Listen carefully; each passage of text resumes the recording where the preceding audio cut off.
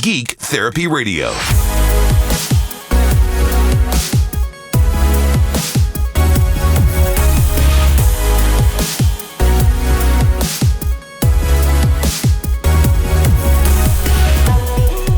Welcome to Geek Therapy Radio. I am your mental curator, Johnny Hemberger.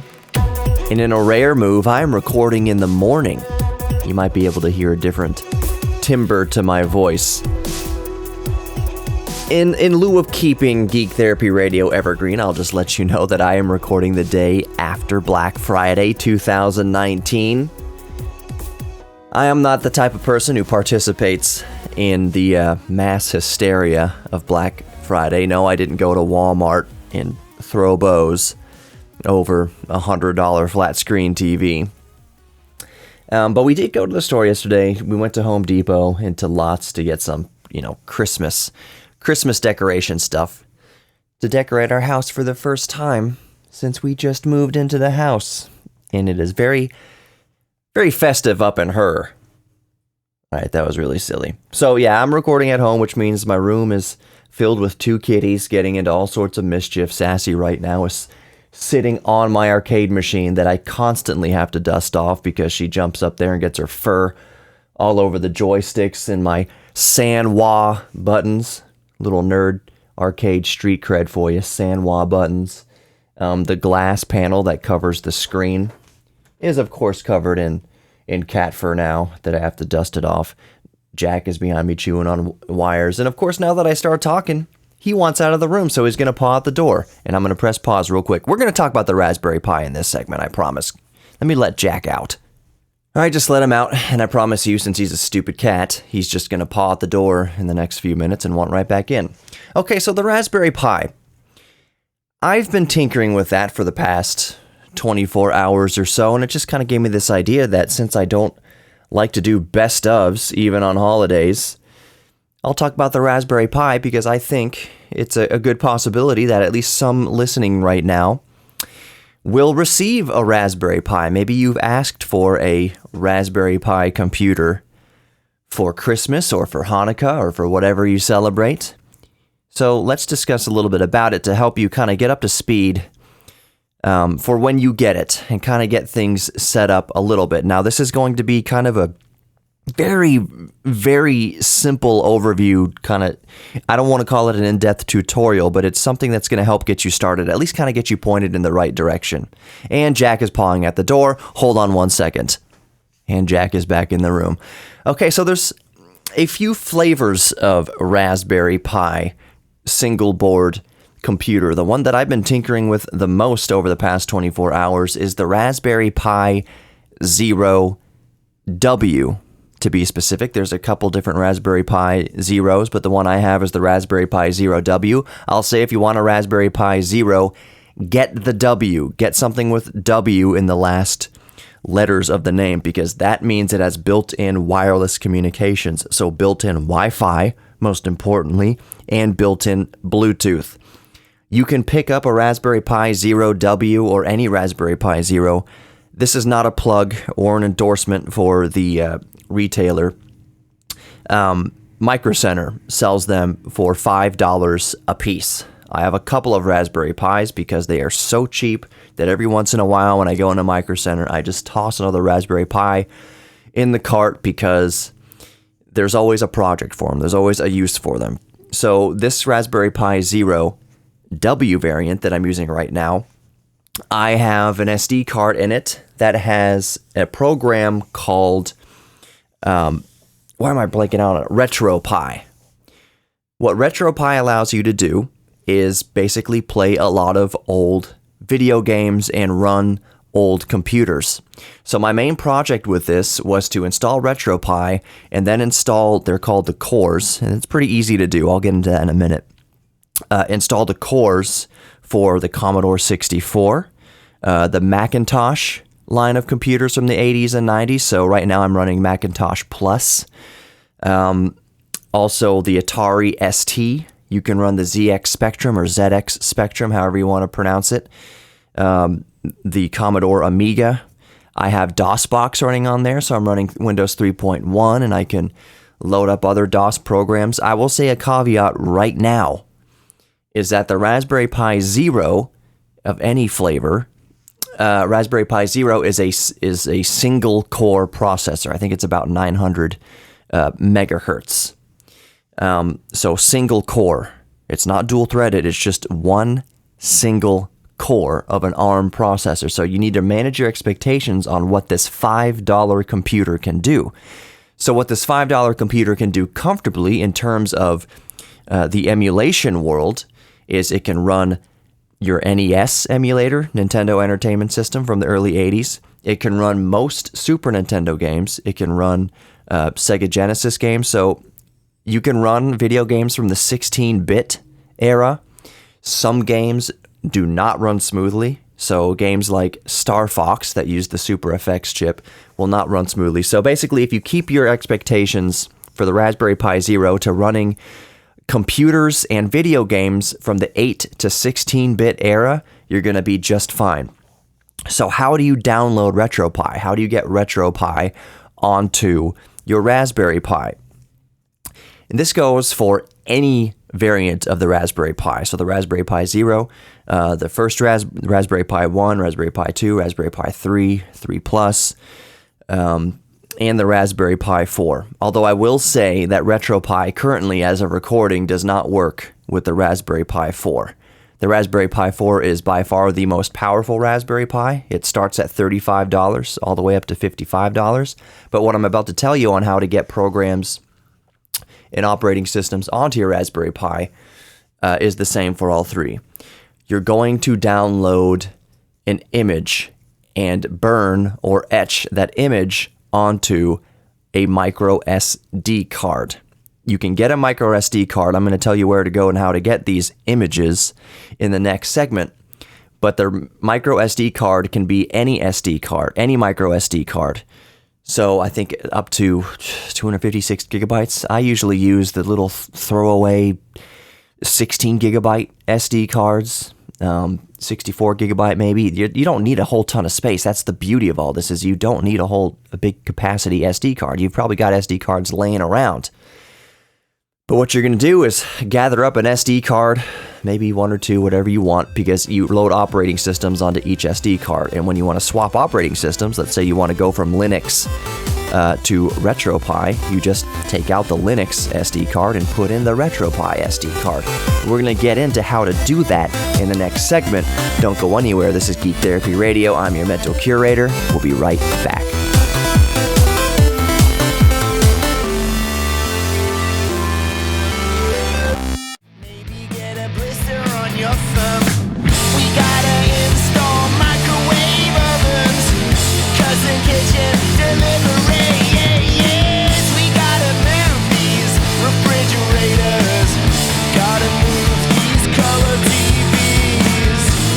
Welcome back to Geek Therapy Radio. I'm your mental curator, Johnny Hemberger. In the previous segment, why'd I put a T in there? The previous segment, we were talking about the Raspberry Pi, and I said that in this segment, we'll talk about how to get those images and how to burn those images or etch those images to your SD card, your micro SD card, so that you can put the SD card in your Raspberry Pi of any flavor, Raspberry Pi 0 through Raspberry Pi 4, to launch your operating system and what have you, whatever program you want to burn onto the SD card. And when you want to swap operating systems or swap programs, you just swap SD cards.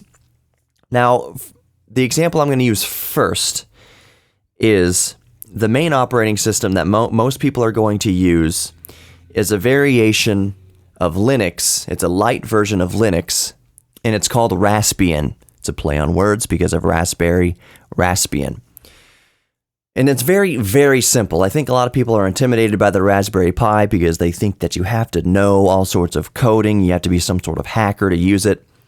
And while you definitely can get more mileage out of it if you are a coder and know how to hack, the Raspberry Pi exists to help you learn how to code if you want to. So when you download Raspbian, it is an operating system. For those who've never used Linux, it's an operating system just like Windows or just like Mac OS. It looks a little bit different, but everything is the same.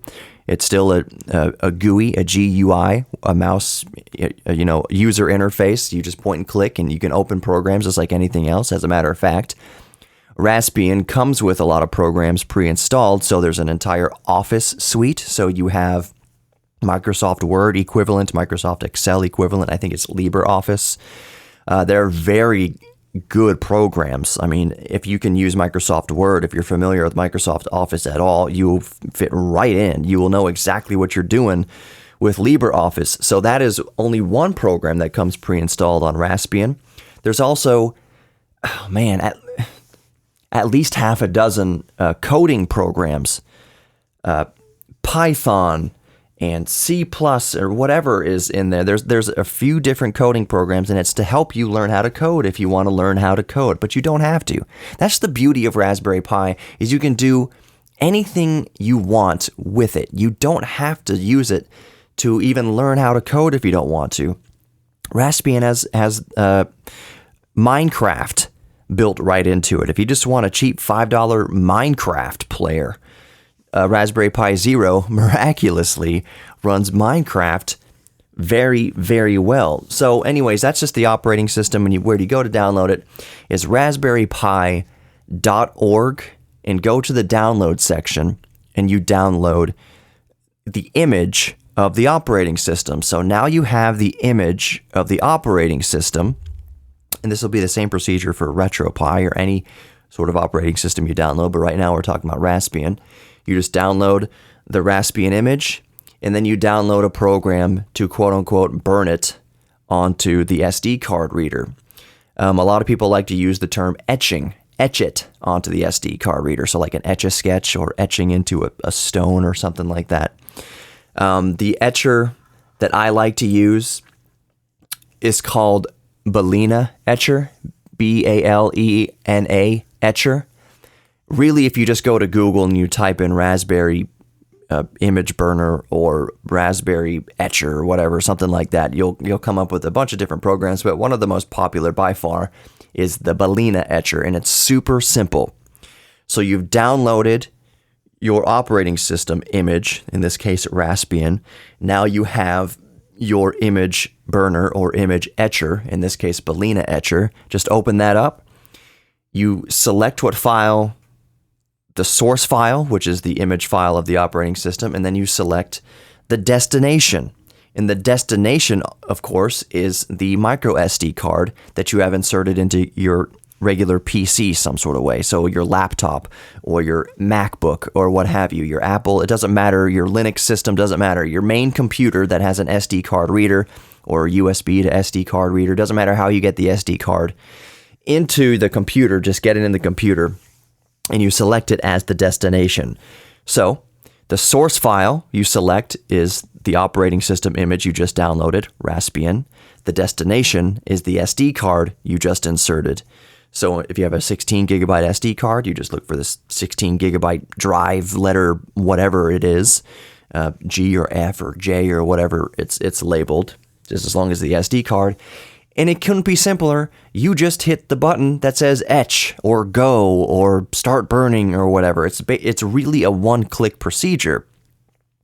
It takes a little bit of time to etch the operating system onto your SD card, depending how big the operating system is.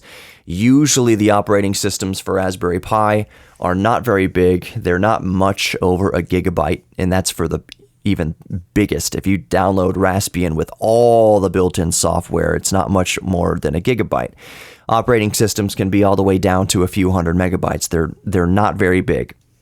So you wait a few minutes for it to etch the operating system onto the SD card, and then it's a simple matter of putting the SD card, when it's done, into your Raspberry Pi. So if you've hooked up your Raspberry Pi to your TV or to your computer monitor correctly, it's really just a matter of connecting an HDMI cable, connecting your keyboard and mouse, and connecting the power supply.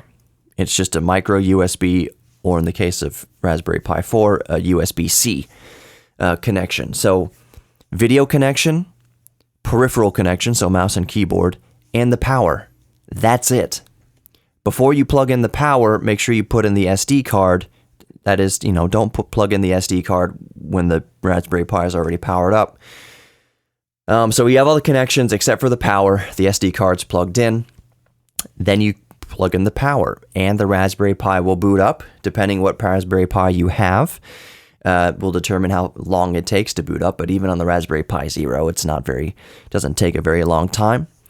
And then you're booted into the very brief setup process for Raspbian. So setup like connecting to your Wi-Fi network, selecting what region of the world you are, and little things like that, little basic setup. It's way easier even than Windows. Windows has you jump through so many setup hoops, so many security clearances, do you want to send data back to Windows? No. With Raspbian and Raspberry Pi, it is super simple. So to recap real quick, raspberrypi.org in this case, download the image of Raspbian operating system that you want, download an etcher or a burner, in this case, Balena etcher, plug your SD card into your computer, open your etcher program, select the downloaded operating system image that you downloaded from raspberrypi.org or wherever, select the destination to be the SD card, and click Go. That burns the operating system onto your SD card. You take the SD card out. It has the operating system on the SD card now. Get your Raspberry, make sure it's hooked up to the monitor or TV, your keyboard and mouse, plug in the SD card, then plug in the power, because plugging in the power turns it on. There's no on or off switch by default on the Raspberry Pi.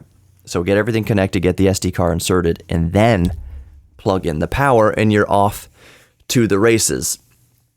In the next segment coming up here, I want to talk about what I think a good chunk of people want the Raspberry Pi for, and that is a little program called Retropie, an operating system called Retropie, and that allows you to play all of your old Game Boy games, all of your old Super Nintendo games, all of your old Sega games. It lets you use your old Macintosh, Apple Macintosh computer, your old Apple II even, your old Commodore 64, your old Atari ST, your old Amiga, your old ZX Spectrum, all that retro computing and retro gaming, and you want Retropie for it. Not Raspbian, you want Retropie. So I'm going to tell you how to get Retropie and how to put that onto your Raspberry Pi. More Geek Therapy Radio coming up. I'm Johnny Hemberger, your mental curator. Don't go anywhere. Chicks for free, money for nothing, nothing.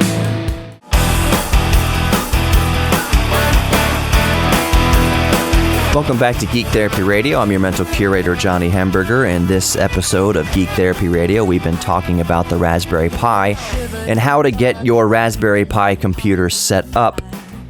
Because I feel like a lot of people listening are going to ask for a Raspberry Pi single board computer this Christmas, or receive a Raspberry Pi single board computer for Christmas this year, or for Hanukkah, or for whatever you celebrate. And I thought I'd just give a glancing overview on how to get that thing set up. It is not very intimidating. Believe me, if you're having a hard time following along with this episode of Geek Therapy Radio, just go to raspberrypi.org. and you'll be up and running in no time. In just a few minutes, you'll be using your Raspberry Pi. It is not intimidating. It is not some piece of gear that you have to be a heavy coder or know how to code or hack to know how to use. It can teach you how to code. That is one reason for its existence, but it can be as basic as using it to run Office software, word processors, and spreadsheets, and whatever you want.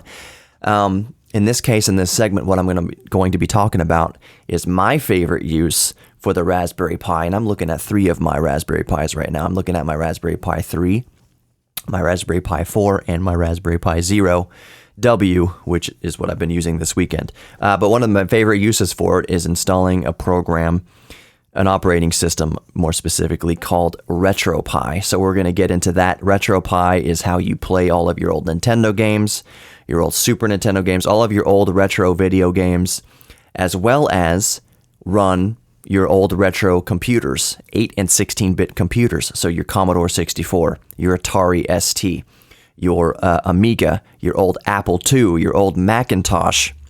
You can run all of those things on a Raspberry Pi using a program or operating system, called Retropie. So we're going to get into that. But first, just a little reminder. Back several weeks ago, a few months ago, I had the founder and CEO of Raspberry Pi Foundation on my show. His name is Eben Upton. So I was asking him about current RetroPies, just kind of how he started the company, the ins and outs behind the curtains of building and operating a company that builds these single board computers, arguably the world's favorite single board computers, and any future updates for the Raspberry Pi. That is back on episode 123. If you download the podcast or if you subscribe to the podcast, which I highly suggest you do, scroll down through the episodes. I label them very clearly. The Saturday show, the radio show, I label with a number out in front. So anytime you see a number out in front of a podcast title, that means that it was the actual radio show that broadcasted over the weekend. That is my cat coughing in the background. So you're looking for number 123, number 123. It's labeled founder and CEO of Raspberry Pi Foundation. Eben Upton is my guest to shed light on Pi 4 issues and future Pi. So you'll definitely want to subscribe to the podcast and go back to that episode to listen to hear information about the Raspberry Pi from the creator himself, Eben Upton. It's very enlightening. So go back and check that out. Download the podcast and tell your friends about the podcast too. Because we're all geeks about something. Whether it's cars, I talk about cars on the show a lot, or airplanes, I talk about airplanes a lot on the show. Flight simulators coming out. Oh my gosh, Flight Simulator 2020. Can't wait. Talk about a lot of video games. Talk about recording gear and microphones, computers. Why I went on a hunt for an old CRT monitor. Which is a perfect segue, speaking of CRT monitor, perfect segue into the topic du jour of this segment, which is installing Retropie onto your Raspberry Pi. The reason I went out searching for a CRT computer is that I like to use old emulators of the Commodore 64 and Nintendo Entertainment System and Atari ST. And the best way, the most nostalgic way to use those old computers, to emulate those old computers, and to interact with those old computers in video games is with an old CRT tube monitor. And I'll just quick side note, CRTs are so much better than you may remember. Higher refresh rates than typical computer monitors, which still to this day are about 60 frames a second, 60 hertz. I'm running this CRT in front of me right now at a very modest 85 hertz, 85 frames per second. I can boost it all the way up to this particular just low-level monitor, up to 100 hertz, 100 frames per second, and that's very noticeable over 60 frames per second. Yes, I know there are modern computer monitors that can run up to 240 frames per second, but they're typically very expensive. There are certain drawbacks to modern LEDs and LCD monitors and OLEDs. They have their strengths and weaknesses. A CRT, one of the other strengths is that you have instantaneous latency. There is almost no latency between a button click, a joystick click, and let's say Mario jumping on the screen. There's no latency. So anyways, that's just one reason I wanted the CRT. One thing I wanted to use the CRT with is Retropie. So let's talk about getting Retropie onto your Raspberry Pi. It is a very similar, if not the same, basic setup as with Raspbian, as with getting your normal kind of operating system on there. Just Google search Retropie, and you'll go to Retropie's website. go to the download section and you'll see which flavor of Retropie do you want to download. And it depends on what Raspberry Pi that you have. If you have a Raspberry Pi 1 or a Raspberry Pi 0, you'll download that flavor of Retropie. If you have a Raspberry Pi 3, you'll download that flavor of Retropie. As of recording, Retropie is not officially available for the Raspberry Pi 4, which is the most powerful Raspberry Pi. That will be coming down the pipe soon, you know for sure. You can try downloading the Raspberry Pi 3 variant and loading that up on your Raspberry Pi 4. That may work. I haven't tested it, but it may work. That's the beauty of Raspberry Pi. It's all about experimentation. So just download it and see if it works. But getting it onto your SD card, getting Retropie onto your SD card is the same procedure. Just download the Retropie image, open up your etcher or burning program. In this case, I've been talking about Balena etcher, Balena etcher. Just type in Raspberry Pi etcher or Raspberry Pi burner into Google and you'll have all these programs. But I use Balena. It's very simple. So you open up Balena in this case and you'll select the source, which is the Retropie operating system image you just downloaded. You'll select the destination, which is your micro SD card that you've plugged into your main PC or Mac. And you just click etch or burn and it etches Retropie onto your SD card. Go over to, when that's done, go over to your Raspberry Pi, plug in the SD card, plug in the HDMI cable and your mouse and keyboard, and then the very last thing you do is plug in the power, because plugging in the power boots everything up.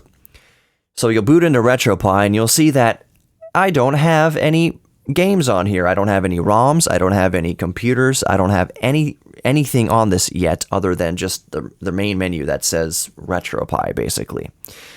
It won't load anything, any emulators. Let's say you want to play Game Boy games. It's not going to show you the Game Boy game emulator until you load the Game Boy ROMs, which you've acquired legally, I am sure, onto the Raspberry Pi. Now, there's two ways to do this. I find that the easiest way is to, when you boot up Retropie on your Raspberry Pi, get it connected to the Wi-Fi, your home Wi-Fi network. And once you're connected to your home Wi-Fi network, go back onto any other computer, your PC or Mac that's connected to the same Wi-Fi network, and type in / Retropie. Like Open up your file explorer, and just in the top there, instead of going to any folder, just type in / Retropie. And it'll basically connect you through your network to your Raspberry Pi. And you'll see a few folders on the network there called like Pi, Home, Root, ROMs, whatever, BIOS. What you'll do is you'll double click on the ROMs folder that is on your Retropie that you're accessing over the network super easily. And then take your Game Boy ROMs and drag and drop them into the GB folder. When you open the ROMs folder of the Raspberry Pi on your network, you'll see dozens of folders called Apple, GBA, which stands for Game Boy Advance, SNES stands for Super Nintendo Entertainment System. It'll be pretty obvious what the folders mean, what the folders represent, and where you should put the ROMs. So in this case, Game Boy, drag your Game Boy ROMs into the Game Boy folder, then go over to your Pi and restart it. And when you reboot into Retropie, you'll see that Game Boy now appears in the menu of Retropie, and you are off to the races. There is a little bit of setup when you boot up Retropie for the first time, so you'll do your input layout for your controller if you plug in your USB controller so that you can actually control the games. But we'll get into that. More Geek Therapy Radio coming up. Don't go anywhere.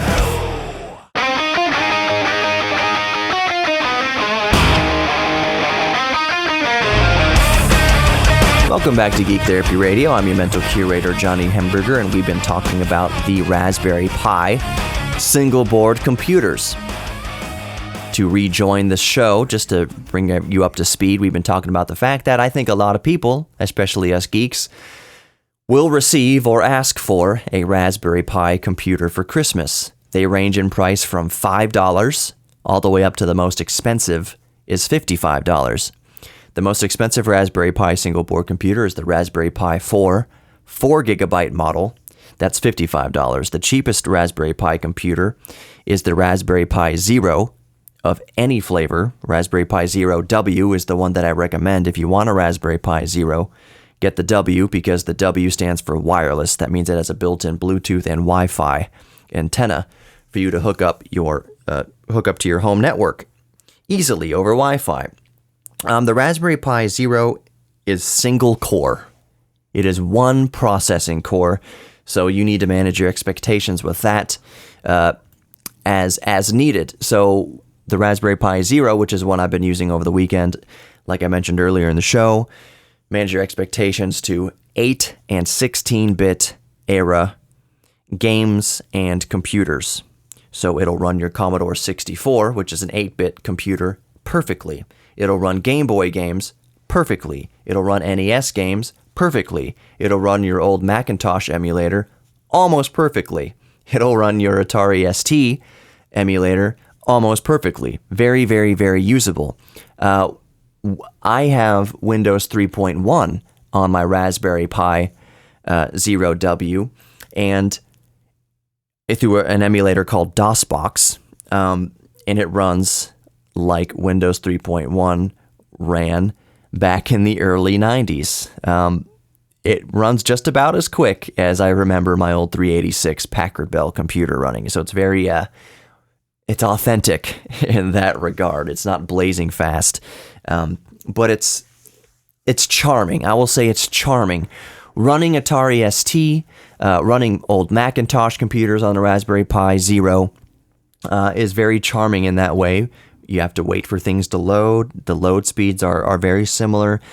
Even the Commodore 64 emulator I use, if you use, this is getting a little bit geeky with it, but if you use TAT files, which stands for tape, if you remember the old Commodore 64, a lot of us, I never used tapes with the Commodore 64, but I'm familiar with it.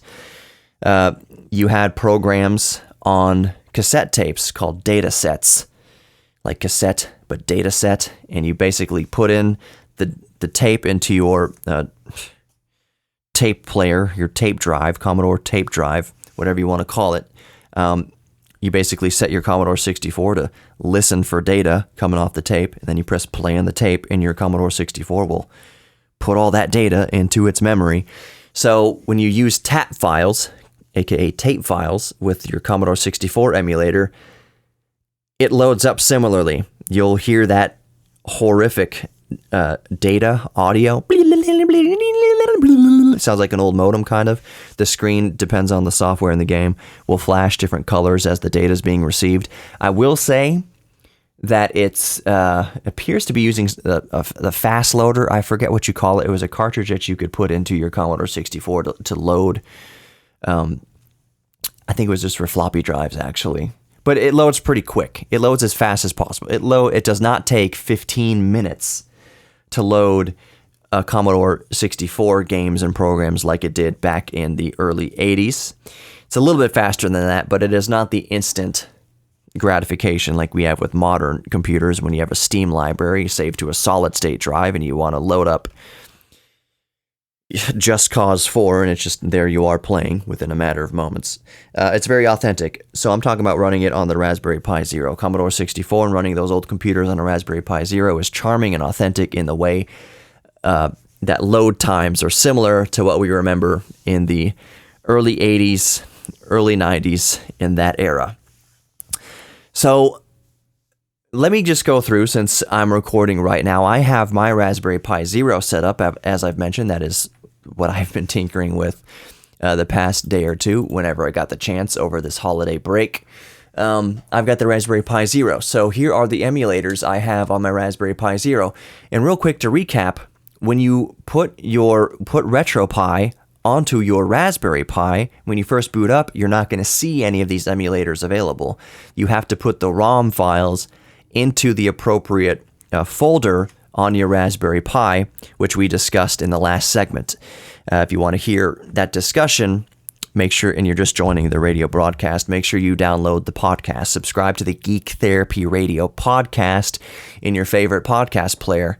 So the iHeartRadio app, and frankly, Apple Podcasts on your iPad or your iPhone. Just click that pinkish purple podcast icon, type in Geek Therapy Radio, and you'll see it. It'll come up. It'll be me, and you can revisit the show. The show is going to be labeled whatever number precedes it because of the broadcast, and it'll mention how to set up your Raspberry Pi or something like that.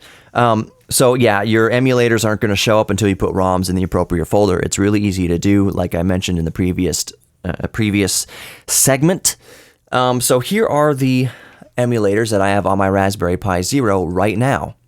Amiga, Atari 2600, the Atari ST computer, the Commodore 64 computer, Sega Game Gear, Nintendo Game Boy, Nintendo Game Boy Advance, Nintendo Game Boy Color, Macintosh, so Macintosh Plus, the Macintosh Lisa, the first kind of Macintosh mouse computers from back in the day, 8 and 16-bit.